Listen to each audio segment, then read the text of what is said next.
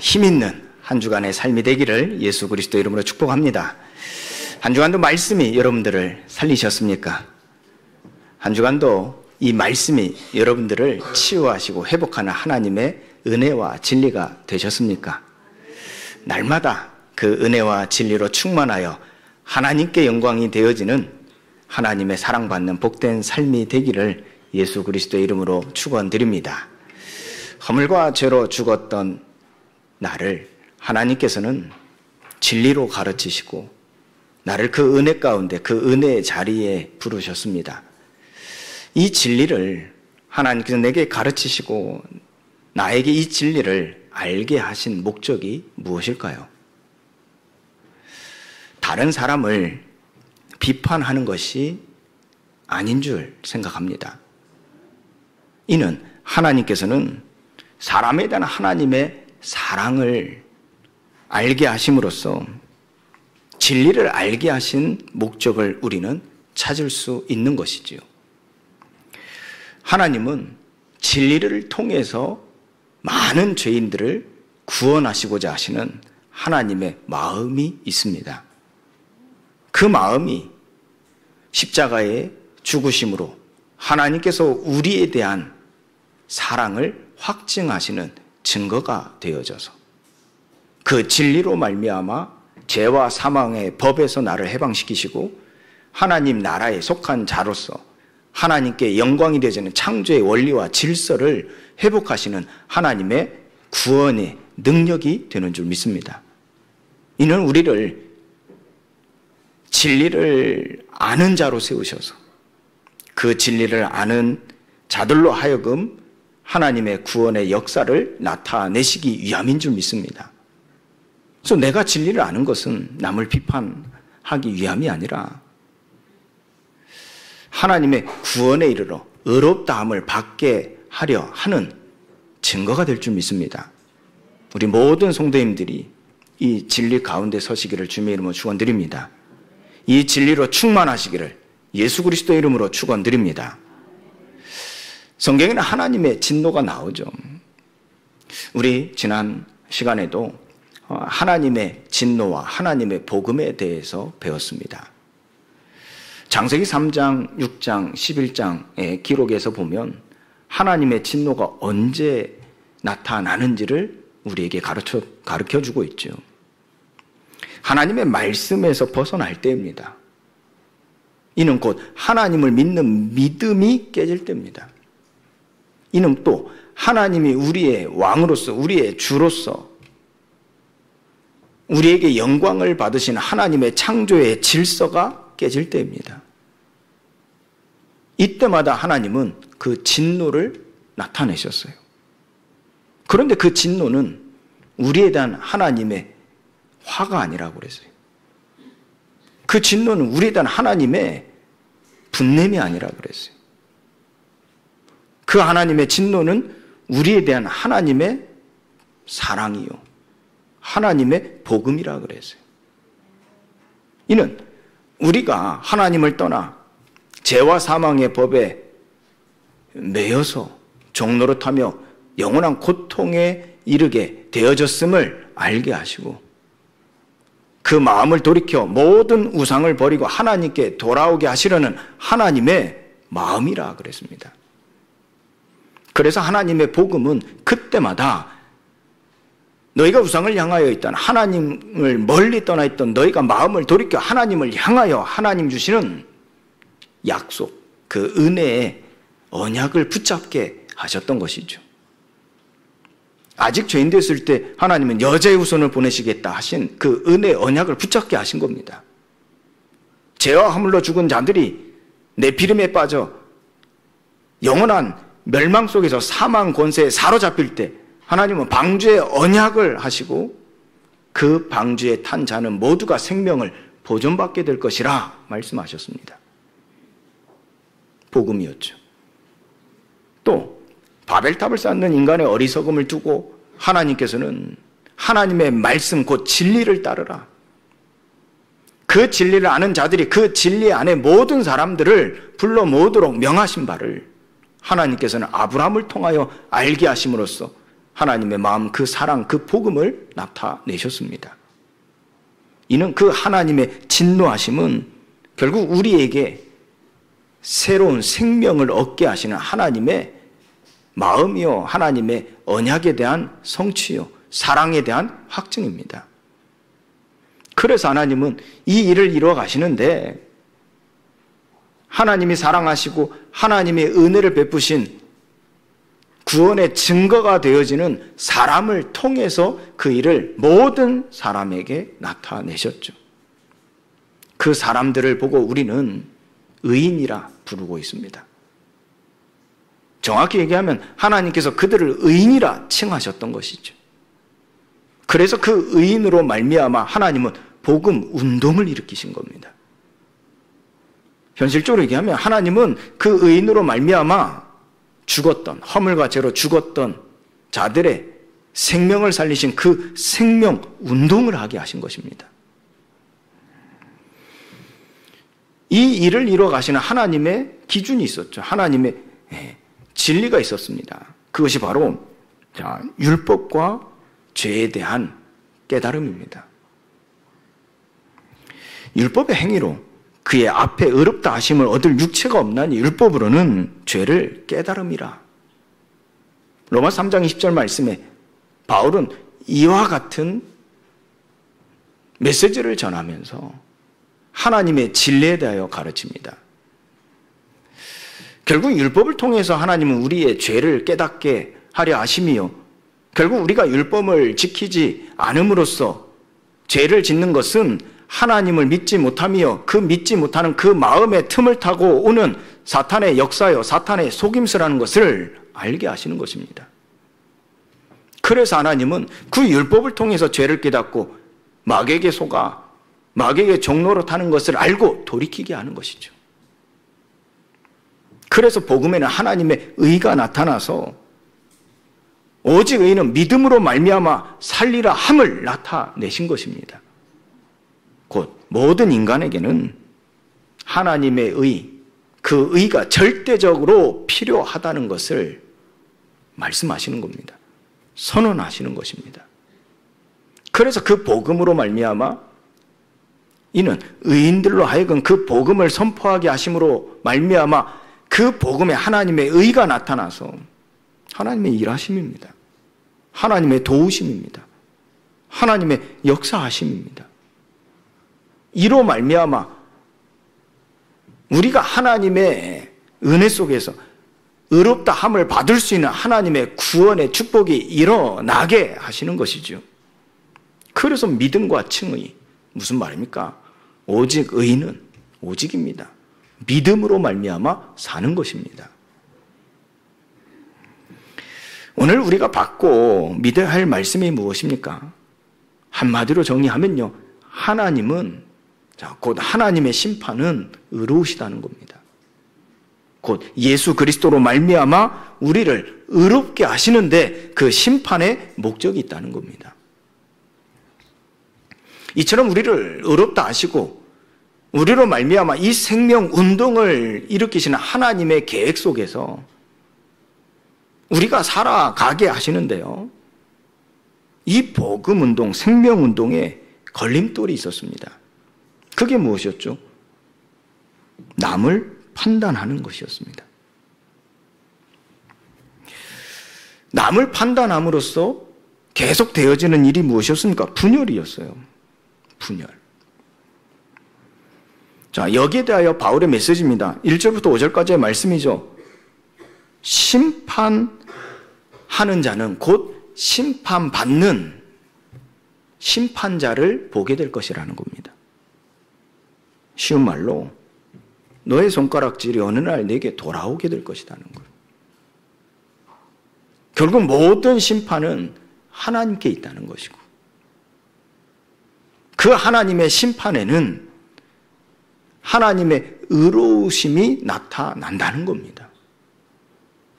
이는 곧 예수 그리스도로 말미암아 모든 사람들이 의롭다 하심을 받게 하는데 목적이 있다는 겁니다. 오늘 우리가 붙잡을 핵심 말씀이죠.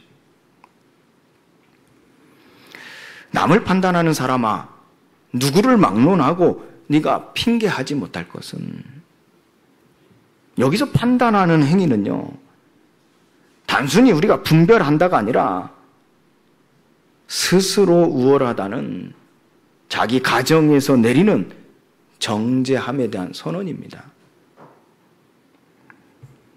그 고발의 핵심은 파괴입니다. 그래서 성경은 우리에게 말씀하고 있는 바가 무엇입니까? 이 사탄이요, 이 마귀가 하나님에 대하여 고발을 하죠. 그 고발의 내용은 무엇입니까? 우리의 범죄함, 사실입니다. 그래서 우리의 죄를 하나님께 고발하여 하나님이 그들을 벌하셔서 그들을 파괴시키는데 목적이 있는 겁니다. 이것이 판단의, 이것이 정죄의 목적이 되는 겁니다. 어디서 온 거죠? 마귀, 곧 사탄에게서 온 것입니다. 고발의 핵심은 파괴라 그랬어요.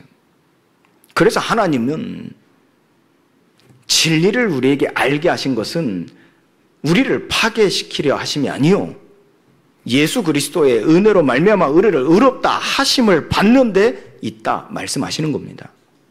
우리는 그 하나님의 진리를 따라야 되겠죠. 우리는 그 하나님의 진리에 대한 하나님의 마음, 그리스도의 마음을 가져야 되겠죠.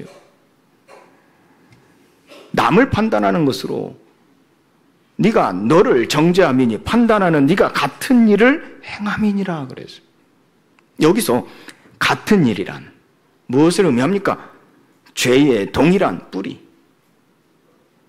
다시 말해서 하나님께 반역하고 교만하며 하나님을 하나님으로 영화롭게 하지 않는 것을 의미하는 거예요.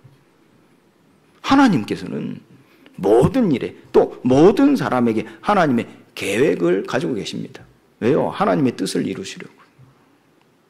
그렇기 때문에 우리는 모든 사람을 판단할 수 있는 게 아닙니다. 그런데 우리가 판단하는 것은 스스로 나는 우월하다, 나는 하나님과 같다는 것을 말하는 것이죠. 결국 내가 그들보다 높아져, 그들과 높아질 수 있는 것은 그들을 파괴시킴으로써 내가 높아지고자 하는 이 마귀의 욕심에서 나오는 이 어둠이라는 것을 우리에게 알게 하시는 것입니다. 하나님을 하나님으로 영화롭게 해야 되는 우리의 존재의 정체성을 오늘 우리는 봐야 되겠죠. 판단의 행위 자체가 하나님 노릇을 하려는 것이며 모든 죄의 뿌리에 있는 교만의 발현이라는 겁니다. 이러한 바울의 단어는요, 바울이 가진 깊은 인사이트를 우리에게 보여주고 있죠. 현대 사회에서요, 통용되는 말이 있습니다. 내로남불이라는 말이죠. 또 그 개념과 같이요, 기본적 기인오류라는 심리학 용어가 있습니다. 원리죠. 심리학 원리에서 보면요, 타락. 그 타락한 사람들, 우리가 성경적으로 볼 때, 진리로 볼 때요, 또 일반적으로 얘기할 때는요, 다른 사람의 실패를 그들의 결함 있는 성격 탓으로 돌립니다. 그 자신의 잘못으로 그 탓을 돌린다는 말입니다. 그런데 자신의 실패는 자신의 탓이 아니라 상황 때문이다. 이런 현실 때문이다. 라는 외부적 요인을 탓으로 돌리는 사람의 마음, 경향을 설명하는 것이죠.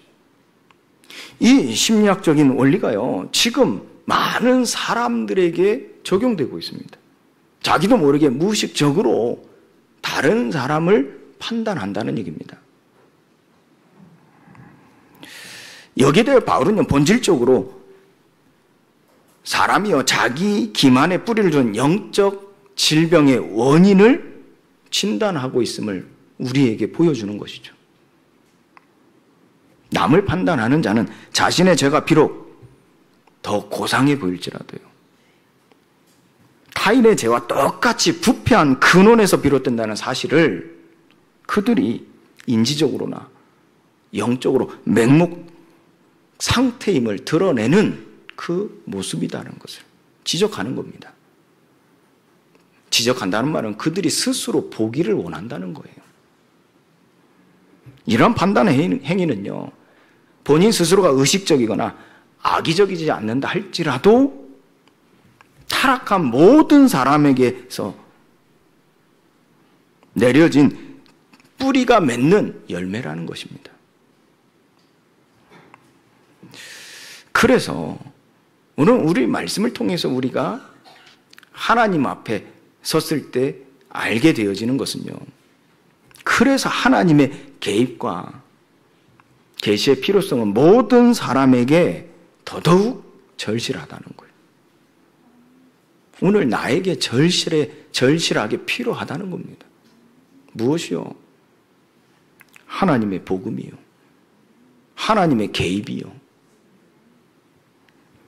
이런 일을 행하는 자에게는 하나님의 심판이 진리대로 되는 줄 아노라 그랬어요. 하나님의 심판은 피할 수 없다는 겁니다. 그럼에도 불구하고 같은 일을 행하는 사람아, 네가 하나님의 심판을 피할 줄로 생각하느냐? 이는 판단하는 자의 어리석음을 말하고 있죠. 자신의 특별한 지위, 예를 들어서 나는 도덕적으로 결함이 없다. 나는 윤리적으로 많은 사람들의 손가락질을 받은 적이 없다. 나는 율법적으로 모든 것을 지키려고 하고 있다. 라는 생각들입니다. 그런데 사실은 그 율법을 철저하게 지키고 있는 것이 아닌 율법을 알고 있다는 지식입니다. 그것이 하나님의 심판으로부터 면죄부가 되고 있다고 믿고 있는 것이죠. 정말 어리석은 일이죠. 그 율법을 철저하게 내가 지키고 있다가 아닙니다. 그 율법을 내가 알고 있다는 지식입니다. 그걸 가지고 판단하는 거죠. 인간의 어리석음이요, 낱낱이 드러나는 그 상황을 바울은 얘기하고 있는 겁니다. 이때 바울은요, 하나님의 성품에 대하여 얘기합니다. 하나님의 성품을 세 가지로 제시하면서요, 판단하는 자들을 돌이키려 하는 거죠. 그들을 또 정죄하는 것이 아닙니다. 바울은요, 그들을 돌이키고자 하는 것이었어요. 하나님의 성품에 대한 세 가지를 무엇을 얘기합니까? 인자하심, 용납하심, 그리고 길이 참으심. 인자하심은 무엇을 말합니까? 하나님이 실제적으로 행동으로 나타내시는 하나님의 선하심입니다. 용납하심은 무엇입니까? 당장 형벌을 내리지 아니하시고 하나님은 보류하신다는 거예요. 길이 참으신다는 것은 하나님이 사람에 대한 허물과 죄로 죽었던 그 사람에 대한 인내, 기다림을 말한단 말이에요. 이 세 가지 성품에 대하여 판단하는 자들에게 제시함으로써 그 판단하는 자들의 마음을 돌이키고자 했던 겁니다. 하나님의 인내의 참된 목적이 어디에 있습니까? 벌하심에 있는 게 아니에요. 파괴하심에 있는 게 아니었어요. 그들을 하나님께서 구속하시고자 하심이었어요. 의롭다함을 받은 자로서 그의 모든 것을 구속하고자 하시는데 하나님은 목적이 있었던 겁니다.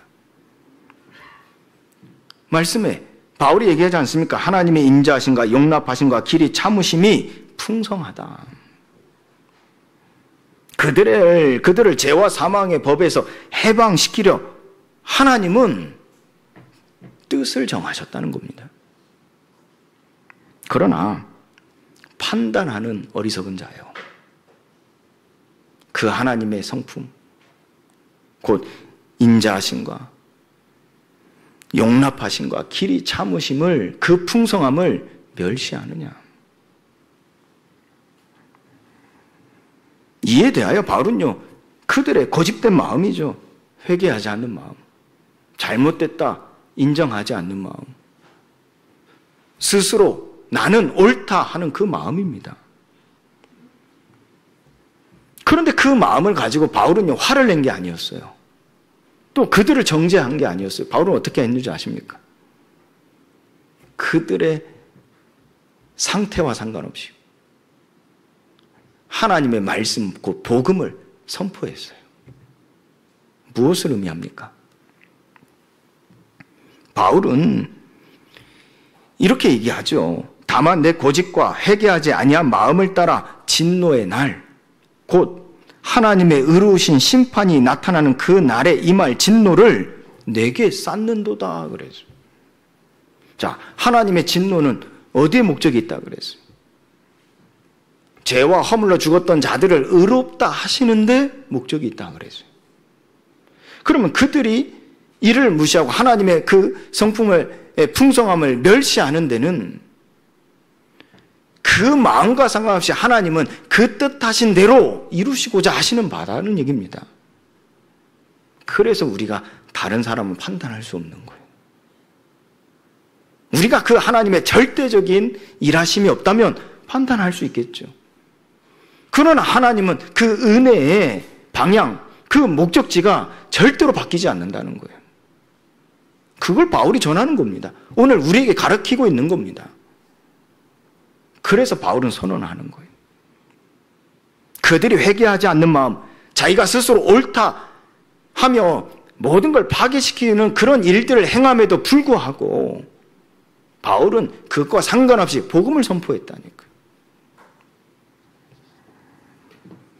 이는 그 진노를 내게 쌓는도다. 너 망해. 너 그러다 죽어가 아닙니다. 진노를 내게 쌓는도다 함은 하나님의 은혜가 더욱더 너희에게 절실히 필요하구나. 복을 빌어줬다니까요. 하나님께 간구했다니까요. 왜요? 하나님이 하실 일이니까요. 이게 세상 사람들과 의롭다함을 받은 자들의 차이입니다. 우리는 세상 사람들과 같이 이 세상 속에 살아가지 않아야 되겠지요. 의롭다함을 받은 자로서 하나님의 은혜를 구하며 하나님의 진리를 따라 살아가야 되겠지요. 하나님께서는 우리 안에 영원히 없어지지 않는 죄에 대하여 하나님이 의롭다 하시면서 우리를 의의 길로 진리 가운데 세우시고자 하시는 하나님의 뜻을 강력하게 우리에게 전달하고 있는 메시지입니다.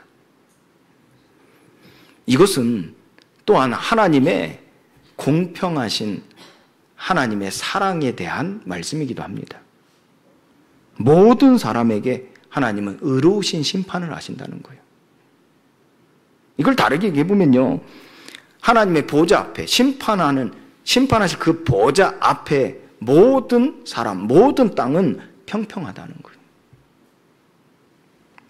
그 평평한 땅에 하나님은 거룩한 씨를 심으시는 겁니다.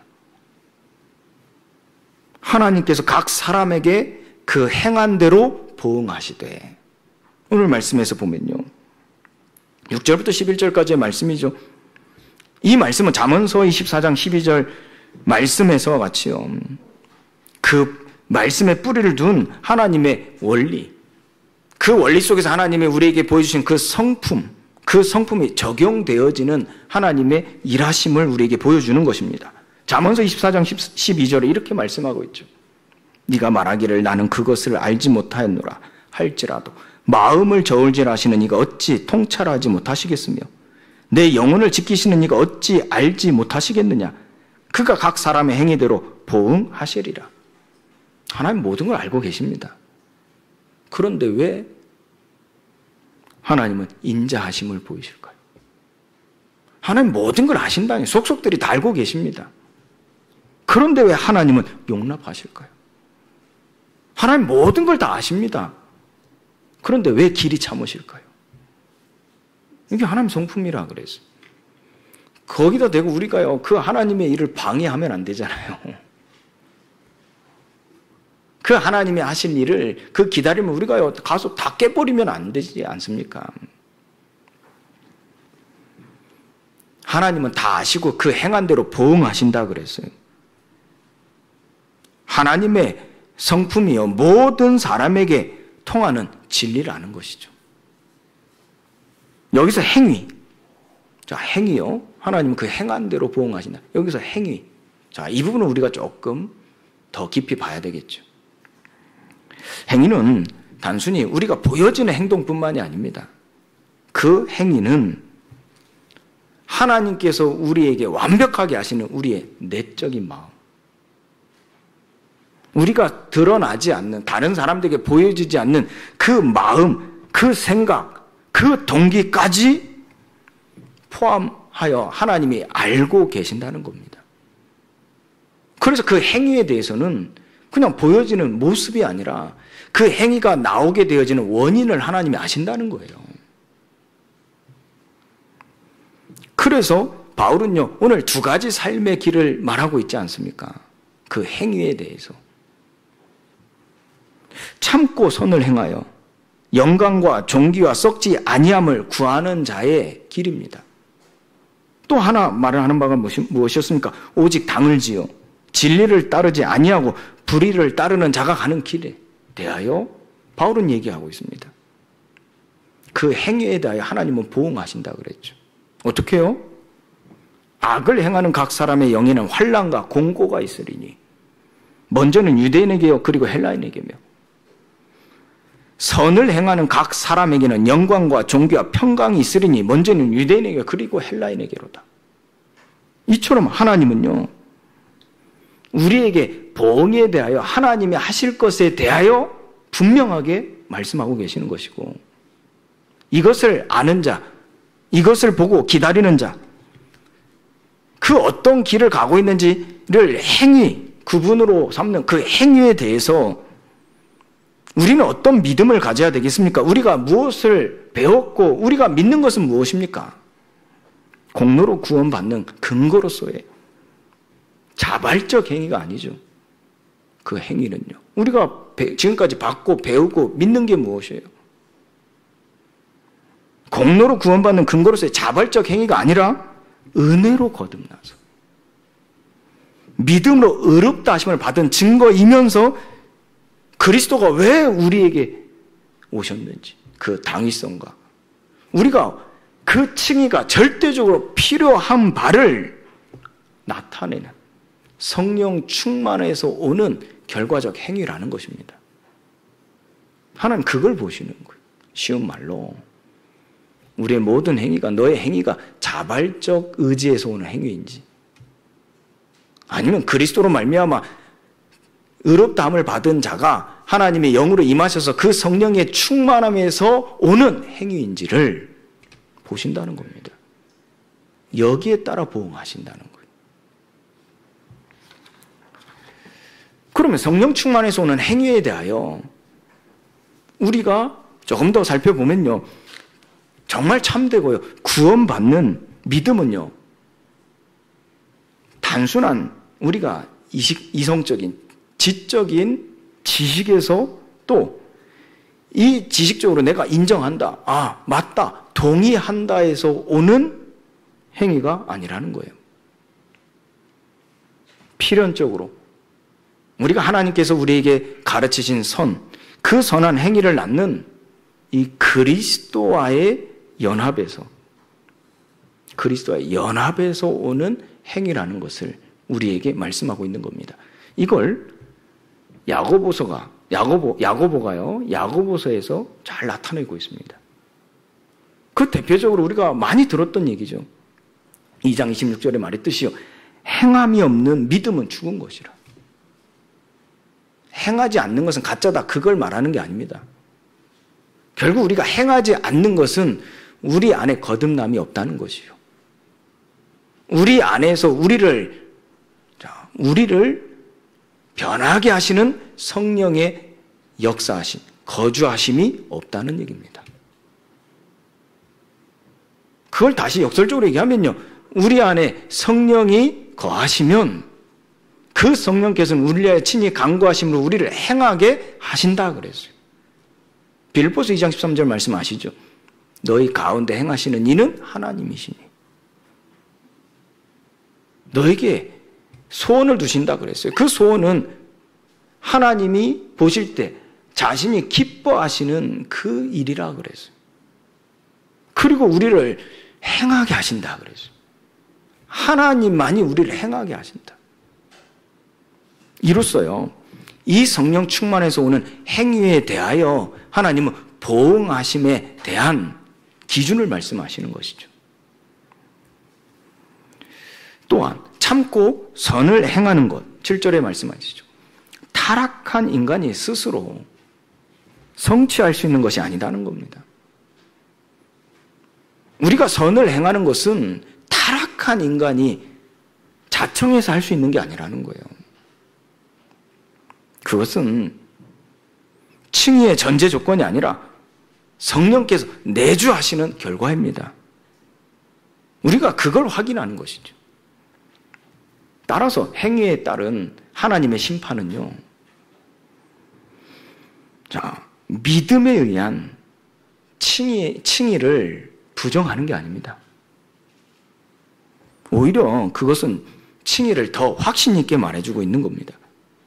행위는 믿는 자들을 의롭다 하신 보이지 않는 실제, 하나님이 살아 역사하시는 그 실제를 증명하는 확실한 증거라는 겁니다. 하나님은요, 요한복음 15장에서 포도나무의 비유를 통해서 우리에게 확실히 가르치고 있는 메시지가 있습니다. 하나님은 나무의 본질을 증명하기 위해서 열매를 심판하신다 그랬어요. 그래서 그 가지에 열매를 맺지 아니하면 어떻게 하신다 그랬죠? 잘라 버리신다 그랬어요. 그래서 사람들의 발에 밟히게 하고 아무 쓸모없어 장작불에 피어질 땔감으로 쓰임받게 한다 그랬어요. 하나님 심판입니다. 왜요? 그 사람의 잘잘못을 평하는 게 아닙니다. 나무의 본질을 드러내기 위함입니다.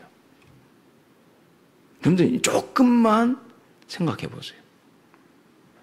조금만 생각해서 하나님의 마음을 들여다보세요. 조금만 생각해서 하나님의 뜻을 살펴보세요. 우리가 말씀을 들을 때는요, 항상 경청과 배움의 자세로 말씀을 듣는 겁니다. 어디 한번 해봐라. 이것은 우리가 하나님에 대한 자세가 아니겠죠. 멍하고 있으면 안 됩니다. 경청하는 마음, 배움의 자세로 하나님 말씀을 받아보세요. 하나님 은혜가 더 클 겁니다. 왜요? 우리의 지적 동의가 아니라 그랬어요. 성령이 우리를 깨닫게 하시고요. 성령이 우리를 돌이키게 하시고요. 성령께서 진리를 깨닫게 하시는 것입니다. 그래서 하나님의 뜻을 알게 하신다 그랬어요. 왜요? 성령은 하나님의 깊은 것까지도 통달하신다 그랬어요. 그래서 우리의 약함을 아시고 우리를 위하여 친히 간구하신다 그랬죠.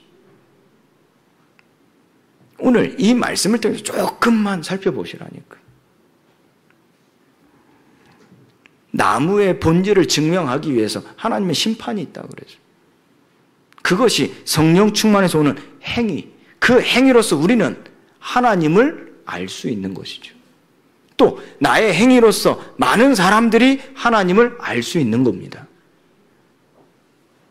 나의 잘못함까지도. 많은 사람들이 하나님을 알 수 있는 본이 되어진다니까요. 오직 의인은 믿음으로 말미암아 살리라 함과 같은 것입니다. 그런데 이 복음운동에 걸림돌이 되는 것이 판단이라 그랬다니까요. 이 생명이 살아나는데 걸림돌이 되는 것이 판단이라 그랬다니까요. 그 판단은 분열입니다. 그 분열의 끝은 단절입니다. 그걸 보고 하나님을 떠났다라고 하는 겁니다. 그런데 하나님의 진노가 우리에게 임함으로써 하나님의 의로운 심판이 나타나는데 그것은 우리의 죄, 허물과 죄로 죽었던 나를 살리시는 하나님의 칭의라 믿습니다. 그래 이신칭이라 하는 거예요. 그 의롭다 하심을 받은 자들을 하나님은 고와 같이 버려두지 아니하시고 나를 성전 삼으시고 하나님의 성령이 영원히 함께 하시는 것입니다. 그걸 알게 하시는 거예요. 네가 알지 못하느냐. 그것을 어떻게 해요? 생각이 아니라 그랬어요. 행위입니다. 행위. 그래서 야고보는요, 행함이 없은즉 행함이 없는 믿음은 죽은 것이라는 거예요. 이번 한 주도에 나의 행위를 통해서 우리는 하나님의 의로운 심판을 받는 겁니다. 나의 행위로 인하여 하나님의 심판을 받음으로써 우리가 의롭다 함을 받음으로써 모든 걸 돌이키고 회복받을 수 있는 겁니다. 이것이 하나님이 우리를 심판하신 목적이라 그랬어요. 파괴시키는 게 아니라 그랬어요. 우리에 대하여 하나님이 분내시는 것이 아니라 그랬어요. 멸하시기 위함이 아니라 그랬어요. 창세기 3장에서 아담을 쫓아내신, 에덴에서 쫓아내신 이유가 무엇입니까? 목적이 무엇이었습니까? 창세기 6장에서요, 하나님께서 대홍수를 일으키신 목적이 무엇이었습니까? 창세기 11장에서 모든 사람을 다 흩어버리신 목적이 무엇이었습니까? 하나님의 의로우신 심판이었습니다. 파괴시키고자 함이 아니었어요. 먼저 의롭다함을 받은 자를 세우셔서 하나님 그 영광을 나타내시지 않았습니까?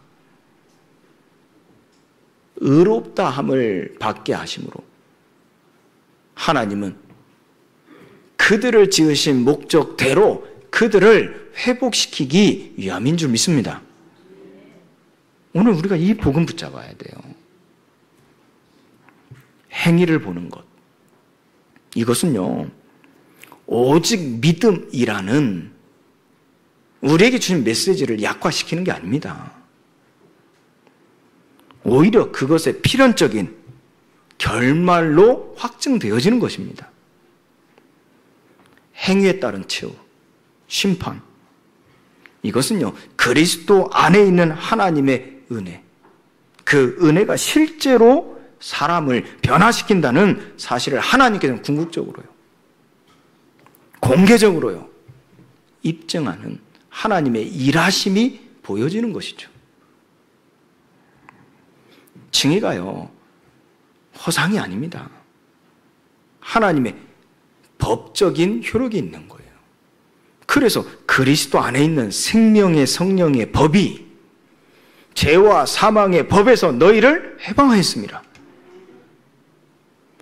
그 로마서 8장 2절 말씀의 다음 말씀들을 보세요. 8장 2절만 보고 끝내지 마시고 3절부터 뭐라고 말씀하신지를 한번 찾아보시라니까요. 결국 하나님은 우리를 변화시키시는 거예요.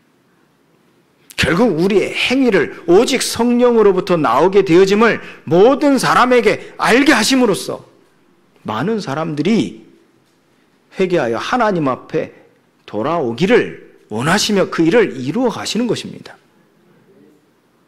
그래서 하나님은 우리가 더 이상 심판을 받는 무서워하는 종의 영을 받지 아니하고 양자의 영을 받았습니다.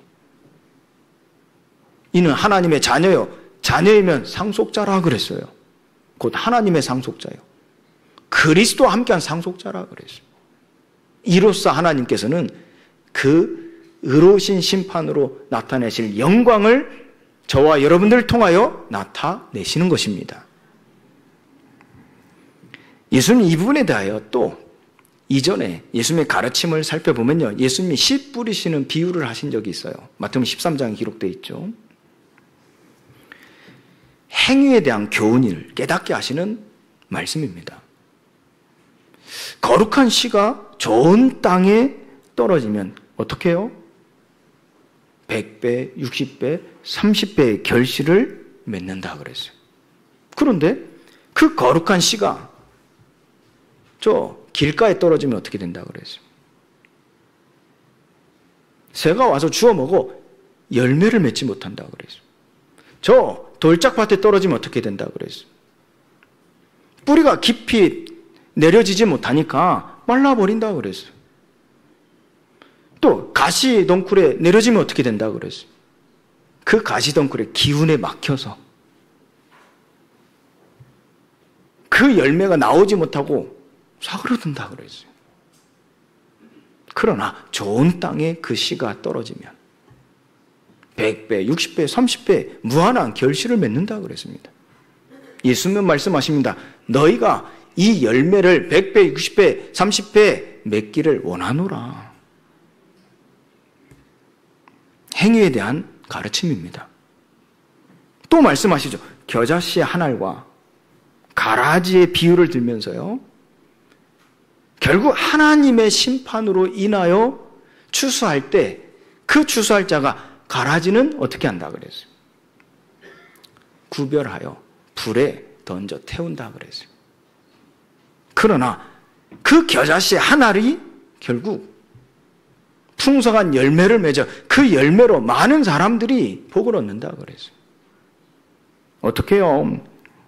하나님 말씀하시죠. 그때 의인들은 자기 아버지의 나라에서 해와 같이 빛나리라 그랬어요.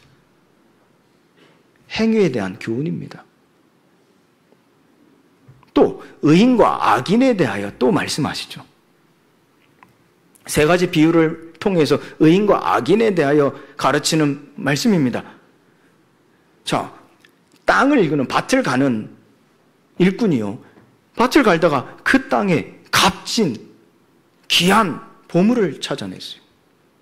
주인은 몰라요. 그러면 그 일꾼이 어떻게 하겠냐 하는 거죠. 자기 전 재산을 팔아서 그 밭을 사지 않겠냐. 그런데 그 보화를 보았는데도 불구하고 그 일꾼이 가만히 있으면 뭐합니까? 자, 또 하나 값진 진주. 아주 좋은 이 진주를 파는 장사꾼이 그 진주를 찾았어요. 그럼 어떻게 합니까? 비싼 돈을 주고서라도 그 진주를 팔아서 더 값비싸게 팔지 않겠느냐. 근데 그 값비싸게 진주를 사와서 그를 집에 모셔다 두면 장사꾼이 그럼 뭐 할 겁니까? 자, 또 하나요.